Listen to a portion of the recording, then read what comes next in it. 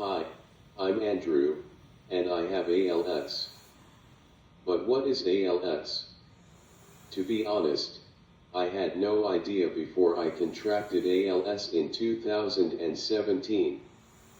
And some of you have asked questions in the comments of my previous videos that I wanted to answer more broadly.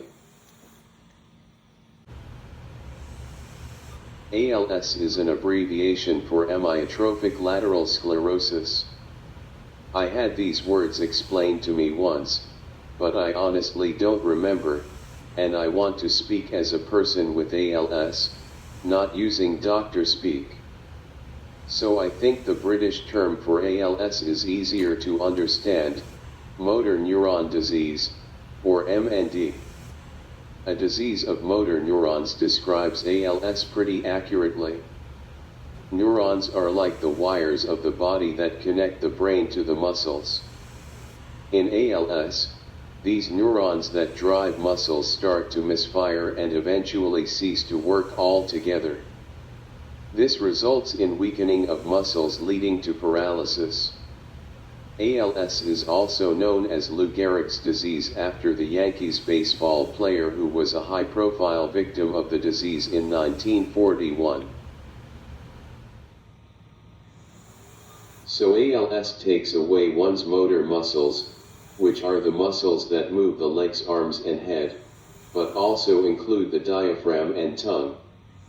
So besides taking away one's movement, ALS also saps a person's ability to speak, eat, and breathe. It does not affect the heart, digestive system, or the thought processes of the brain though. It also for some reason doesn't affect the movement of the eyes. The most visible part of ALS is muscle atrophy. Arms and legs go from strong to essentially skin and bones, leading to loss of movement and eventually paralysis. Compounding that is the loss of speech.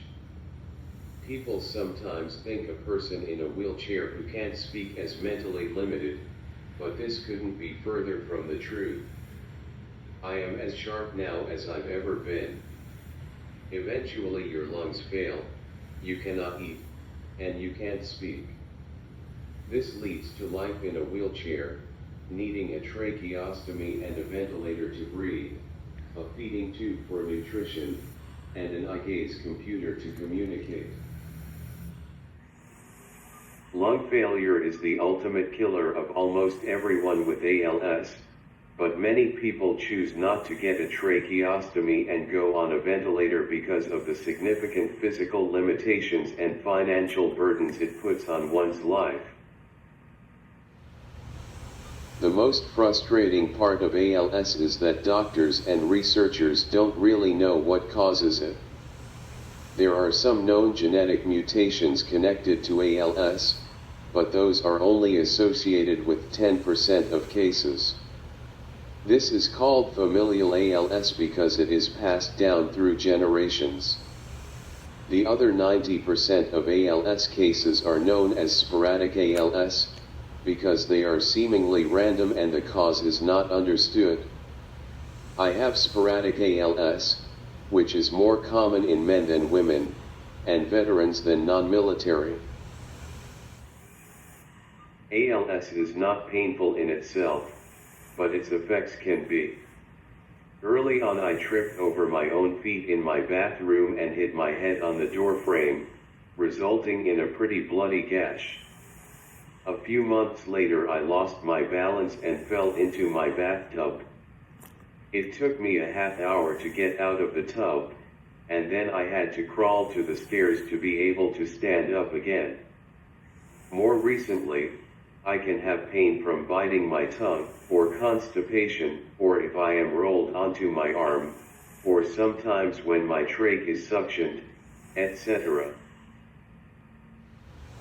There is no cure for ALS, and current treatments only serve to slow down the disease's progression. But the progression of the disease varies widely among different people and even over the course of the disease within one person. My own disease progression started out slow, Then after about a year it accelerated, and now I haven't seen any significant progression in the last couple of years. On the other hand, some people die within months of being diagnosed. The average lifespan after contracting ALS is a mere 2 to 5 years, and much of that time is spent significantly incapacitated. So ALS is a very cruel disease. It is ultimately fatal. And every day brings new challenges for the patients, their families, and their caregivers.